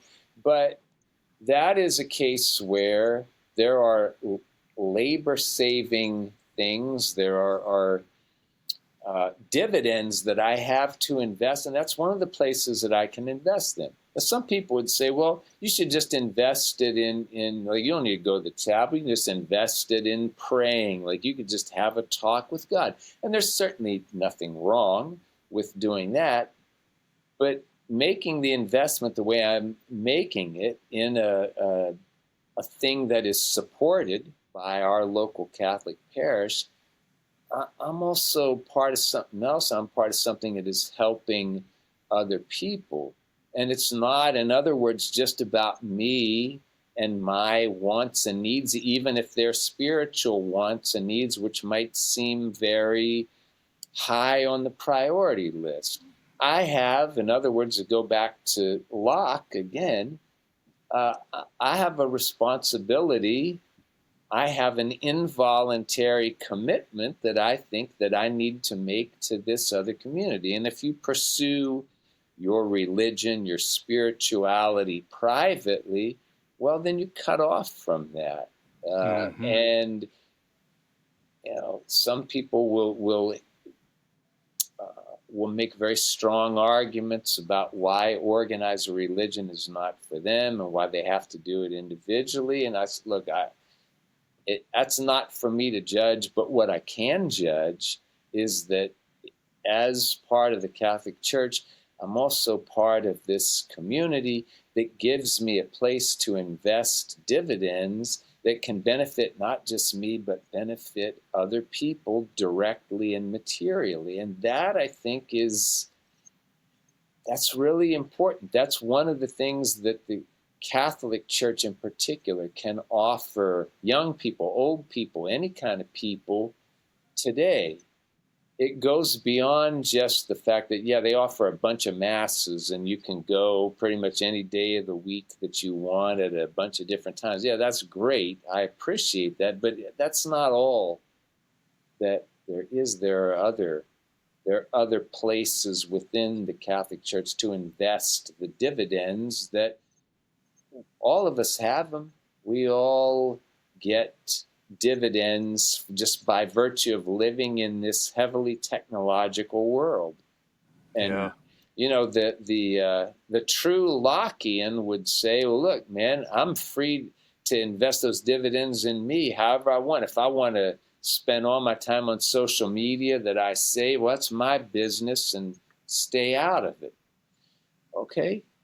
I think we're, at least some of us are starting to understand like what that world looks like, and there's a lot of problems with that world. So anyway, yet another long-winded No, response there. that's exactly what I was looking for there. In thinking of that same question, what does the church have to offer? What you just said, I like that on two different levels. One, you encounter ideas in the Catholic Church that have a truth and have a permanence and have a stability that's very hard to find in the ideas in our culture, which are just so fluid and changing and influenceable. I mean, really malleable ideas. Where on earth, like what set of intellectual commitments, what set of ideas can you plant your flag on in this culture and have any hope that flag is going to remain there in 10 years or 20 years? Here's the Catholic Church. Like, it's been carrying the same ideas, the same view of reality for 2,000 years, and continues to and will until Jesus comes to take us all home. So I like that point that you made of just, you experience the way the church thinks, but you also experience the way the church lives. It's incarnate. Those ideas are made present and made active and made human. Yeah, I mean, the church has always been, continues to be, and maybe with I would hope a renewed sense of urgency, a humanizing institution in the very best sense of that word. And that would probably sound strange to people too. Like, well, it's a religion about worshiping God. What do you mean it's a humanizing institution? Because that idea of humanizing runs pretty counter to the culture's idea. Yeah. Say more about that, because I think that, yeah, there's something really important there. Well, I mean, to go to your point about it's humanizing, part of what it means to be human, as we've been talking about off and on here, part of what it means to be human is to be an incarnated physical being that lives in a physical world with a set of limitations which are attached to it. And no matter what it is we may want or desire, we are bound by that set of limitations. Now, obviously, there are some limitations that can be overcome. We may find a cure for a disease, and that is a certain type of limitation that can be transcended. And I think that is a thing that not too controversial in most quarters, that we ought to try. But there's a big difference between finding a cure for polio and transhumanism, as you pointed out earlier. You know, this idea of humanizing, one of the things that I think is really interesting is the Catholic Church has a lot in common with classic horror, in the sense that both of these structures, if you will, make very clear warnings about their boundaries that you shouldn't cross. If you cross these boundaries, there are going to be problems. If you can learn to live within the boundaries, which are physical in most cases, then you may have a chance at happiness. But if you're going to cross these boundaries, you're probably going to find unhappiness. You're going to find, in horror, death and destruction. Also, in the Bible, in a lot of the Old Testament, we see a lot of those same kinds of stories. So it's a humanizing institution because of what it means to be human. Part of the Catholic Church's job is to teach us what it means to be human, and part of what it means to be human is to live within this set of boundaries, this set of restrictions, this set of limitations. And look, if it were easy to do that, there wouldn't be any need for the church. There wouldn't be any need for any enforcer of these restrictions. The fact that there is a church, that Jesus set up a church, ought to be a good reminder that he knew, as I think we all know, that this runs counter. It's run counter ever since Adam and Eve. It runs counter to what we think of as human nature. So to humanize us also means that we have to learn to live within and accept the flaws and the restrictions of our human nature. And obviously, that runs counter to most of the messaging that's out there.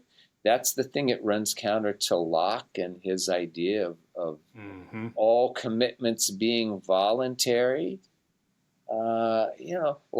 Lockean philosophy is just it's a horror movie without the horror movie. Like, he wasn't around to see what happens when you actually cross the boundary, but it's the same kind of impulse.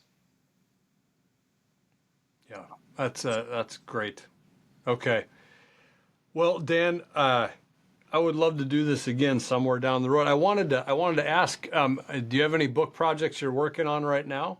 I have a couple of things. One I can say, the other I can't. The one I can say is I was fortunate enough in writing the Drum Machine book that I was able to talk to so many people and get so much good material, and I couldn't use a bunch of it. I cut like a book's worth of material out of the book when the final edit came, which, speaking of painful experiences, but I'm not going to let it go to waste. So I'm actually working on a second edition of that book. I was able last fall to go to Japan. I was able to tour the Roland facilities. I was able to tour the Korg facilities. I was able to meet some of the pioneers of these electronic devices, drum machines in particular. So I'm going to try to build some of that in, because that happened after the book came out. In fact, it happened as a result of the book. And there's so many people that I wanted to talk to the first time I just couldn't get to, that now I'm trying to make a second round and seeing if I can pick up some of those other folks. So at some point, that second volume will come out. And then there's another thing which is not as fully developed. So I'm okay. I'll unleash the news of that maybe a little further down the road. Sure. Keep me posted. I'd love to reconvene and chat about any or all of that once it's out there. So good stuff. Hey, thanks again, Dan. I appreciate your taking time. Really enjoyed this conversation, and like I said, look forward to picking it up down the road somewhere. I would love to do that. I certainly have appreciated the conversation and all the great and perceptive questions. It's been a total pleasure, and we'll do it again sometime sooner rather than later. Sounds good. Sounds good. And viewers, thanks for tagging along. Make sure you like, subscribe, and share so we can grow the channel and get more great guests like Dan on. We'll see you next time.